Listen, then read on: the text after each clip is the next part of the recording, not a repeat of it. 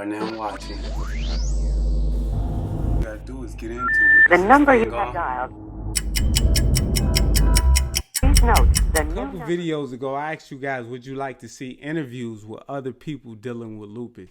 You responded, so I did exactly what I said I was gonna do. I brought LaShawn on the show, and we talked about lupus for about 35 minutes. Don't forget to like the video and comment and let me know what you want to see in my upcoming videos. And also, it's a clicking noise. It's an error on my side. I got to learn the GarageBand app a little bit more. But without further ado, here you go. All right. I want to say thank you for doing this with me, and thank you for giving me a shot.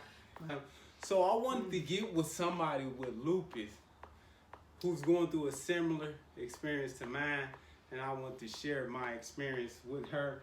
And she was going to share her experiences with me, and I could bring it to you guys. So that's the plan on this. All right, let's do it. I wanted to say, when did lupus start for you? Like, when did it initially break out? How long have you been dealing with lupus? Well, I was officially diagnosed with lupus in 2011. Okay. But, several years before that, I was, I would say, you go through that phase where you're misdiagnosed and it's trial and error. Doctors are trying to figure it out. So I could say a good 5 years before that, I was, experiencing symptoms and signs that it took, some years to get the correct diagnosis. So officially, I was diagnosed in 2011. Right. She went through a story similar to mine. I got diagnosed in 2011 as well, but I had symptoms well before 2011. Mine actually started in 2010. My symptoms actually around when I was 22. I got diagnosed when I was 23. They was suspecting lupus. They really didn't know. So yeah, I mean, lupus is very hard to diagnose. It's not uncommon that people have symptoms years before they are officially diagnosed. So that is a common theme for people with lupus. Yeah, it's very mysterious. Like, it mimics a lot of other diseases and symptoms, so it's hard to diagnose. Well, autoimmunes, they have a lot of common symptoms, so and they're closely related in the presentation. So that's part of what's difficult with it too. Right. So you having lupus, has it for you?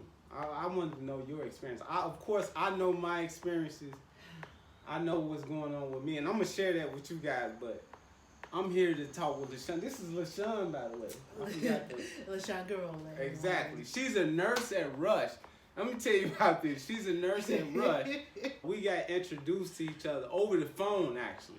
I didn't meet LaShawn actually until like 4 or 5, maybe 6 months after our initial conversation on the phone. So I was in the Rush Hospital looking, and I probably bumped in her a couple times, but we officially met like 6 months after we talked on the phone, and been kicking it ever since. You know what I'm saying? So yeah, she has lupus. If you don't know by now, I have mentioned it like 5 times. Yeah. Justin. So yeah.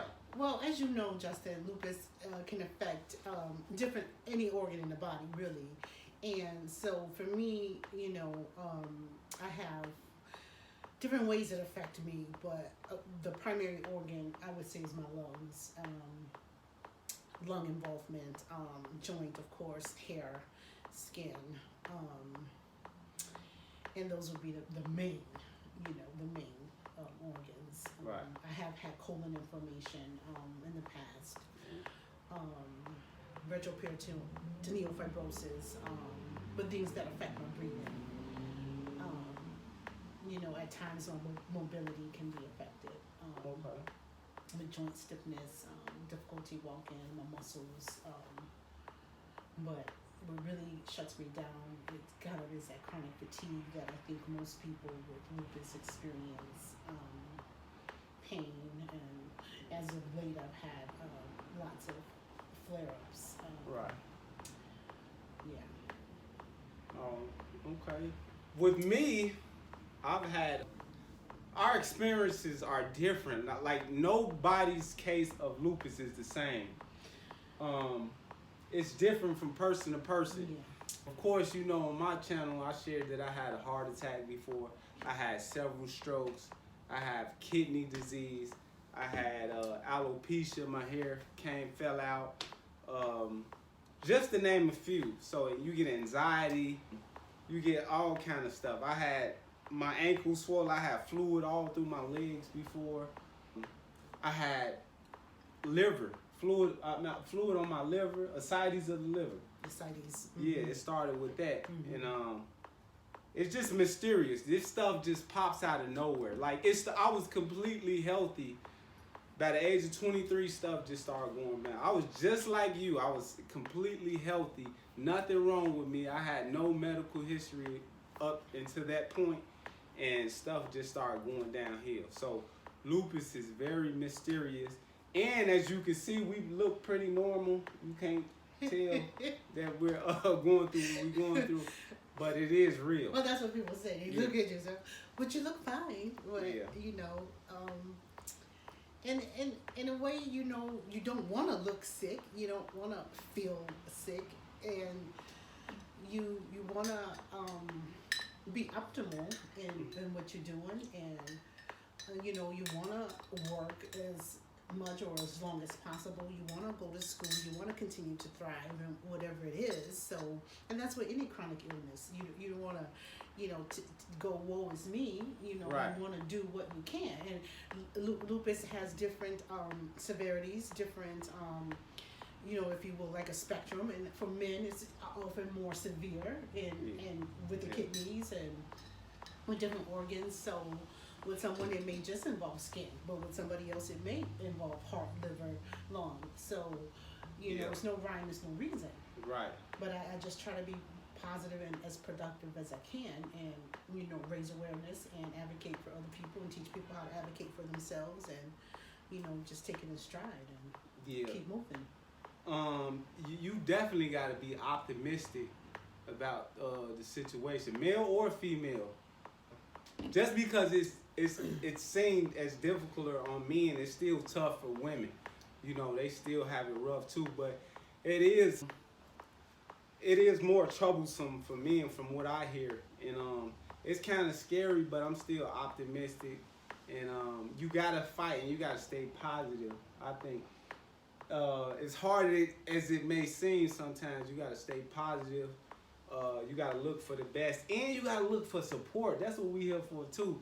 Support. You know, a lot of people don't understand what lupus is and how people deal with it. It is a tough disease, even though you don't see it on the outside. It is tough. It affects, you know, so many dimensions. If you think of your health and wellness on a spectrum of, you have the emotional piece, okay?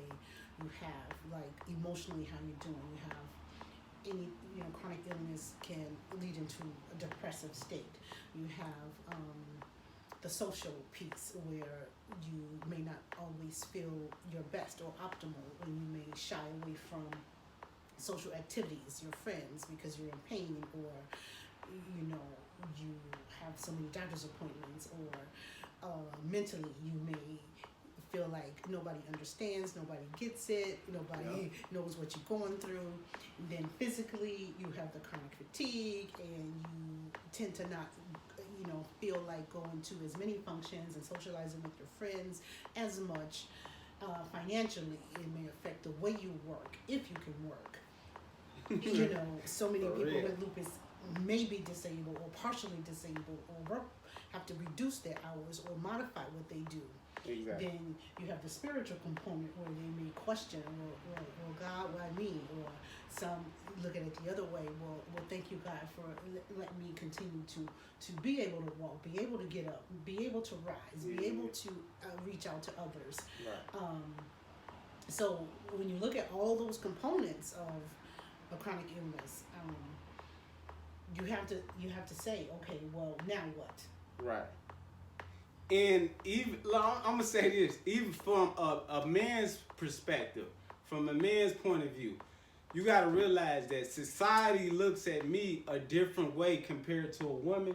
Like, oh, be quiet, suck it up. You're a you're a guy. man. You're a man. Suck it up, Yeah. shut up. That heart attack you just had, it ain't nothing. Kick rock. Get up. That stroke you just had, you can still go climb a mountain. You know what I'm saying? Society doesn't take slack on you. You know what I'm saying? Let alone them not knowing that you just went through this, but they don't. They look at me and say, "Oh, you look fine. You okay?" And you don't get a break. And you have to go to work. You still have to provide for your kids. Yeah. You still have to be that magnificent boyfriend. Yeah. That's right. All of that stuff. And lupus makes your life just difficult beyond imagination. Like, you can't explain it all the time. Okay, but so with that, Justin, we do talks. We're doing this for what? To raise awareness, number one. But two, also to share how we have embraced it. And I know it was a difficult thing for you to do. Oh, yeah. Because for so long, you did not even want to claim it, own it.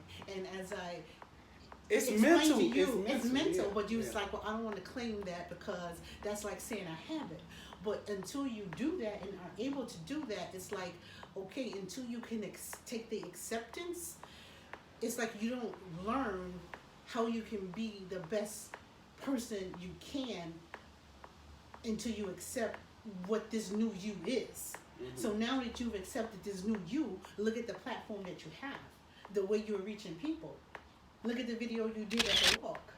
Look at the way you spoke at the lupus group. Look at the way you are embracing lupus and taking that and sharing your experience to help others. I think it's more of a mindset. Like, I don't just accept. It's like accepting defeat. It's saying you accept that you lost in life and there's no hope for you. I think there is hope. I think there are people with lupus who don't have symptoms anymore. It's people who don't suffer from the conditions of lupus, and I believe that's a way. It's a way for me. So, it's just about that camaraderie, that hope. You can still fight, even though I had strokes, even though I had a heart attack. Even though all this stuff went wrong with me, I still got I got incentive to keep fighting. I got incentive to stay in the gym and eat healthy and try to make it past it. For real. Well, for real. If anybody see your abs, they haven't said I think I check my Instagram page. I didn't dream of that, those abs right there. But we have to remember, okay, although there may be no cure for lupus, we have to remember that with management and with medical management, or however people want to do, some people believe in natural remedies, some people believe in a combination of medical management and other remedies, but people are living longer lives with lupus. Yeah. Okay. Yeah. So we must remember that it's still possible to have a decent quality of life. It just depends on the progression of your disease, and if we can slow the progression and be in more stable periods and reduce flare-ups, Right. and prevent them. Right. That's key and that's critical. And another thing I always hear about lupus, and I'm thankful that I don't suffer with this too much, but pain and constant pain and stiffness and all that stuff in the joints. I can credit. I think shout out to my exercising over the years. The body has responded, and I'm thankful that I don't suffer with pain and all that stuff. But I do get it occasionally. I'm not immune to it, so I don't experience it much. But tell us about your experience with it. So, I can honestly say that most days I have some pain, and on an average day, that pain might average be 5-6, and I can probably function with it being at like a 7, and for most people that's a high level. And even now as we sit here, if you can see how I'm doing my legs, it's like if I keep them like flex out. I have to kind of bend up, and as you see, I need to take this hand to kind of pull it up. I can't. I used to be able to just do it on its own, but I don't have that muscle strength anymore. So coincidentally, I saw the doctor today and got an order for physical therapy because as of late, my lupus has been attacking my muscles in my legs and my thighs. I used to be able to do 2 miles in the morning and, you know, hit those steps on my Fitbit like beating everybody, and I haven't been able to do that for a few months. So pain is, I live with it every day, and sometimes it's mind over matter. I mean, everybody responds to pain differently. Some people, it's to the point where it's debilitating. They can't get out of bed. I mean, in the morning, it takes me a good probably 10-15 minutes to actually get up and get going. And this is on a day that, you know, you have to prepare for work. So it's difficult. And then, you know, you working, you have to drive. So, you know, you can't really, you know, depend on pain medication because you want to reduce opioids and, you know, dependency. So I turn to things like, as you can see, I got candles in the back. It is, you know, people might think, oh, it's a romantic setting, but I'm not putting the moves on Justin here. But I do use aromatherapy, music therapy, massage therapy, and things like that to help with my pain. But yeah, every day I have a level of some pain. And for people who don't know, lupus, like I said, is mysterious. Stuff just happens out of the blue. Like, you wake up one day, you're fine, and the next day, you just in hell. You in the hospital looking at the lights. For real, I didn't woke like you looking at the lights because stuff just that mysterious. I mean, I don't want to. It's not funny, but I mean, you can like relate, right? Well, a year ago I woke up and it was like a week before Easter, and I woke up and my hair and my crown was just on a pillow, and for a woman, you just like, wait a minute, my hair is on the pillow, and I cried and I went through this whole conniption fit. And I called my hairstylist and I'm like, I'm balding until my hair is gone. And my daughter, I screamed and she was like, Mom, she ran down the stairs, what's wrong? And I was like, I'm bald, my hair. And she was like, Mom, don't worry to grow back. And I'm just crying. I'm like, I don't want to wear a wig. You know, I'm just going through my thing. And so it's very devastating. It's devastating. And I thought, it's like, okay, I can't be overweight and bald. I can just... Stop. I can be one or the other. Right. And so I had to research remedies on you know, how to get this hair to grow back because I don't really wear weave. And not that there's anything wrong with women who wear weave and wigs and all that, but I just wasn't ready for that. So it's very, I mean, it's a whole body image thing. You know, you got swollen ankles and swollen feet, then your hair's falling out, and then yeah, I can relate to waking up and you just thrown off. Yeah.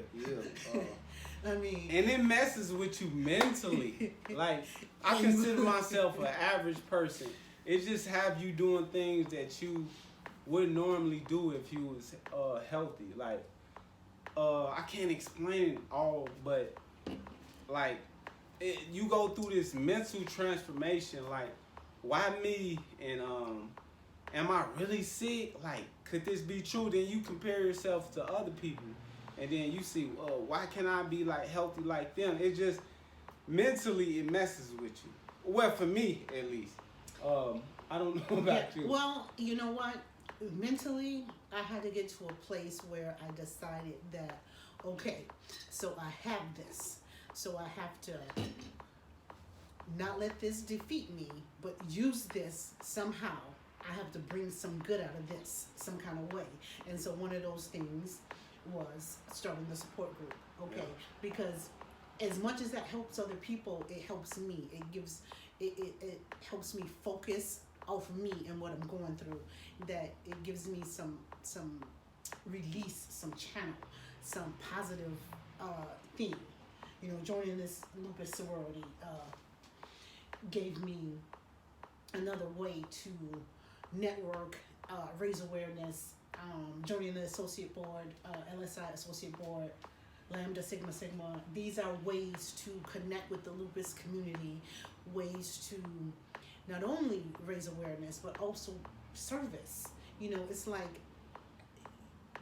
through numbers, you know, you hope that you can elicit change somehow. I mean, things aren't perfect. You know, medications aren't perfect. Programs aren't perfect. Funding's not perfect. Studies aren't perfect. But how can you make change? Because everybody sits around waiting for the government or for this person or that person. But honestly, it's going to be us, Justin. It's going to be people like us collectively getting involved to do things like this Right. to make change for ourselves. Whether that's fighting with drug companies for access or for change for what we need. Exactly. And I forgot to mention, she does run a lupus support group. I think I did mention that, and I'm gonna try to leave links to her. You don't have a website, do you? No, well, no. Well, you know what? The lupus support group is a venture through Rush Generations, Lupus Society of Illinois, and Social Work and Community Health. So we meet once a month at Rush, and yeah, actually, I can send you something that you Right. can post. Yeah. And it's open to people with lupus or family members just want, or any individual wanting to learn more about lupus, but also if you're wanting to support a family member with lupus, yourself, a friend. It's an educational component as well as emotional support component. Right. We're in Chicago. We're in Oak Park right now, a suburb of Chicago. So we have lupus in Chicago. We just had a lupus walk like 2 weeks ago. September 22nd. September 22nd, I attended. LaShawn was there. I invited you. Yeah, she invited me. Drag Justin out. Yeah, I wasn't gonna come. You know me. I don't accept sickness. I don't like claiming it. But anyway, I came out. I went out. Somewhat not in denial, but we trying to put him to the forefront of, you know, accepting lupus is what it is, and even though you have it, it doesn't mean you're sick. It doesn't mean that you can't take the positivity in it. So what you're doing is something very positive with your lupus, and the lupus community right now is your platform. Right. She inspired me to do stuff like this, so I wanted to continue networking. But anyway, I went to the lupus walk this time in September 2019. And next September you'll be there. Yeah, because September is the month that I really push. It's about 4 walks a year, I believe. But the September one is the one that means the most to me. But there's several walks throughout the year. And then there is a event coming up October 26th that I mentioned. That's a event between Rush Rheumatology and Lupus Society of Illinois on October 26th. It is a free event at Rush. And, you can learn about lupus. It will have different, I think 3 speakers and refreshments, and it will be very enlightening and very engaging, educational. And free. Right. Yeah. And I'll be there. And for the first half. Now I have a second event that day too. Oh, okay. You stay busy. I do. Like I said, she's a nurse. She got a lot of stuff going on, and I can only imagine what nurses go through. And being a nurse with lupus, working the shift, and then it's a lot of times you got to keep quiet with your symptoms with your lupus, because at the end of the day, nobody wants to hear your problems. Nobody wants to hear that you're down or you're not feeling well. So you got to carry that emotion with you. You got to keep it inside. You don't want somebody to see your negative side all the time. So I try to practice being positive around people, you know. Well, Justin, I don't look at it quite that way. So I think it's okay sometimes to let people know that you're not having your best day.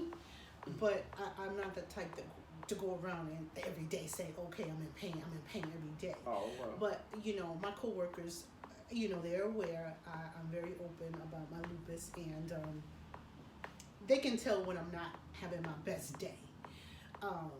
They can tell by my hairstyle, if my hair is up. No, seriously, because when I'm flourish, I'm running fevers, my hair is sweaty, so it's usually up. and they can tell if I have a headband or scarf on that will say she's flourish. Her hair's up, it's pulled back. They can tell how I'm moving, if I'm stiff and slow. So they know when I'm not having my best day. And they're, sympathetic to it. But I still try to carry my workload and do what I'm supposed to do. But again, in the workplace, sometimes you can, seek accommodations when you need it. Oh, okay. I try to be positive, though, because it's rough, I can remember after I had the heart attack, you see the look in people's eyes like, whoa, you know what I'm saying? You still here. And, a heart attack is serious. No matter if yours was severe or not severe, it's a heart attack, for crying out loud. And, it's hard to display my, the way I feel. So I was just saying I got to try to stay positive. I always try to stay positive, no matter what I went through, what I'm going through. You got to stay positive. 'Cause if you're not positive, all you're going to do is fall into depression. And when you fall into depression, bad things happen. So that actually can exacerbate your symptoms. What I mean by that is, almost make them worse. Like, it's some research and data that shows with pain, fatigue, and depression, stress. Like that chronic little cycle of the three of them feed off each other per se within the body. So definitely you want to try to keep yourself out of depression. And as you talk about having a stroke and heart attack, now just look at my body size of overweight. No, seriously. The first thing people will think when they look at me is, oh, okay, she's the one that's had a heart attack. She's the one that's had a stroke because she's obese. And they'll look at him and say, oh, he's fit and trim. He hasn't had a heart attack or stroke. So just to say, people prejudge. Well, they know me. Y'all see my videos. Y'all know I be in the gym. Right, you in the gym. In the gym. You in the gym and I'm not. But I haven't had a stroke or heart attack. So that's just going to say, it's like people have these preconceived notions about disease in general, about African Americans in general, or about risk factors, or just in general about black men or black women, or people will look at me and say, oh, she probably got diabetes, she probably got hypertension, she probably got heart attack, stroke in her history, which I don't have any of those. Not one. Me neither. Well, you too. You had what? Stroke and heart attack. And not in my family history. No, you yourself. Yeah, I've had it. Yeah, yes. yeah. But if you, so that would say who's healthier, me or you? Exactly. By weight, you are. Yeah. But by medical history, I am. Yeah. So, you know what I'm saying? It just goes to show you the mysteriousness. You can't look at somebody and judge them. You can't look at me and judge and say, oh, she's lazy because she's overweight. Yeah.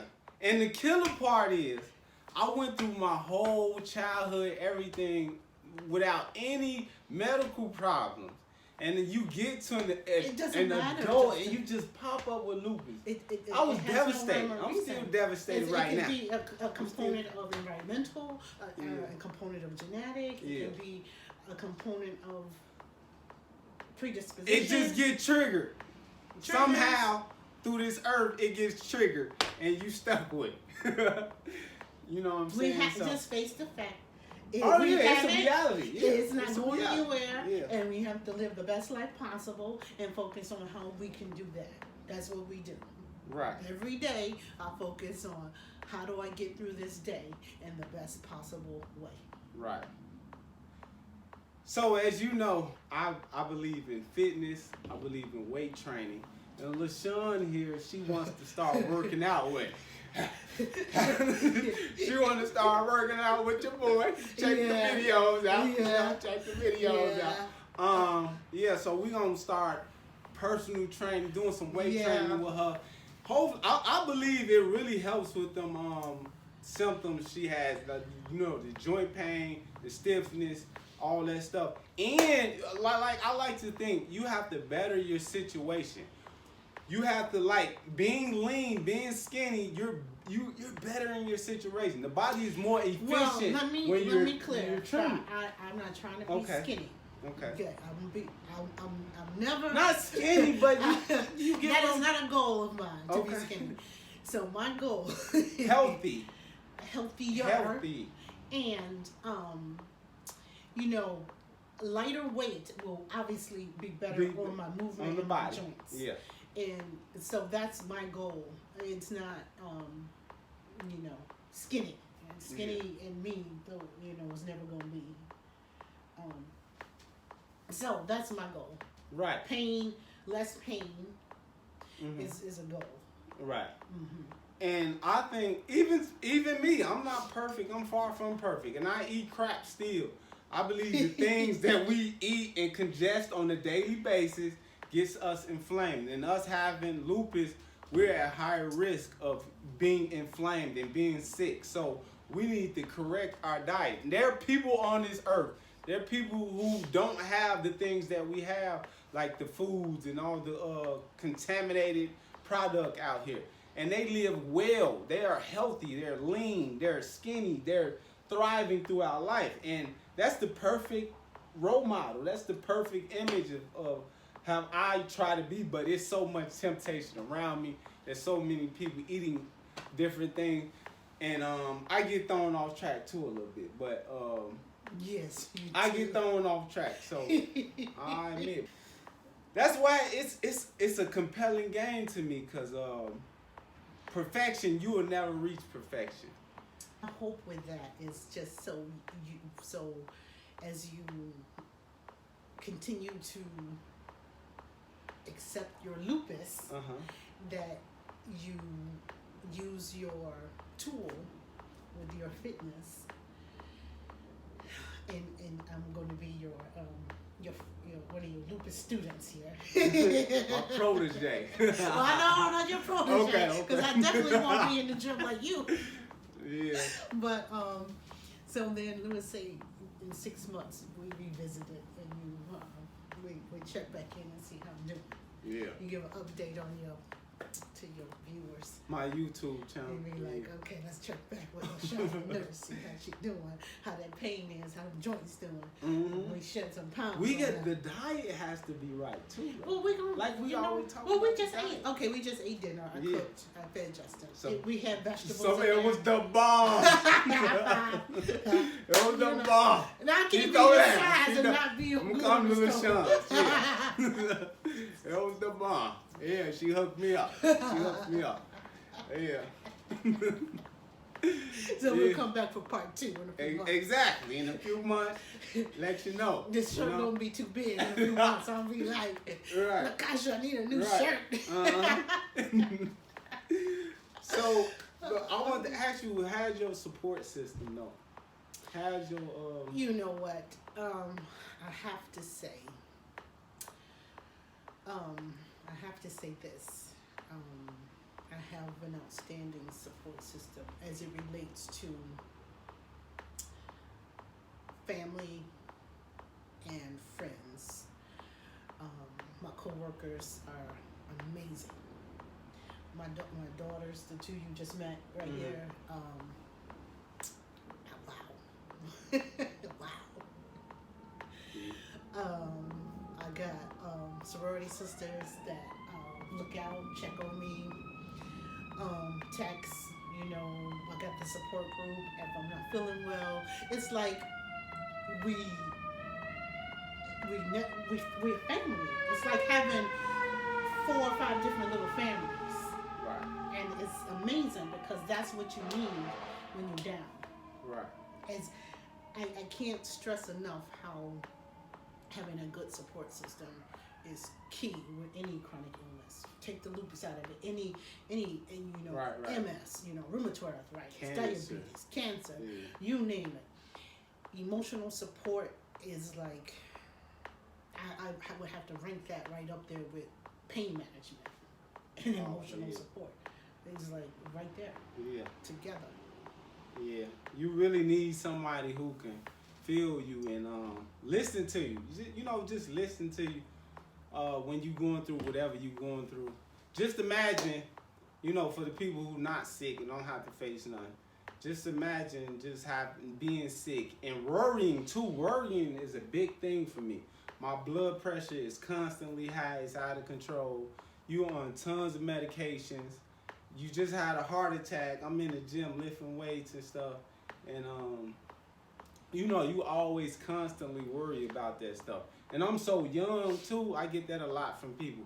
Oh, you're so young and you went through all of this, Age has nothing. And then, age really don't have nothing to do with it, So, that's why it's so important to have a good support system and somebody just to lift you up, when you feeling down. That's support group come in.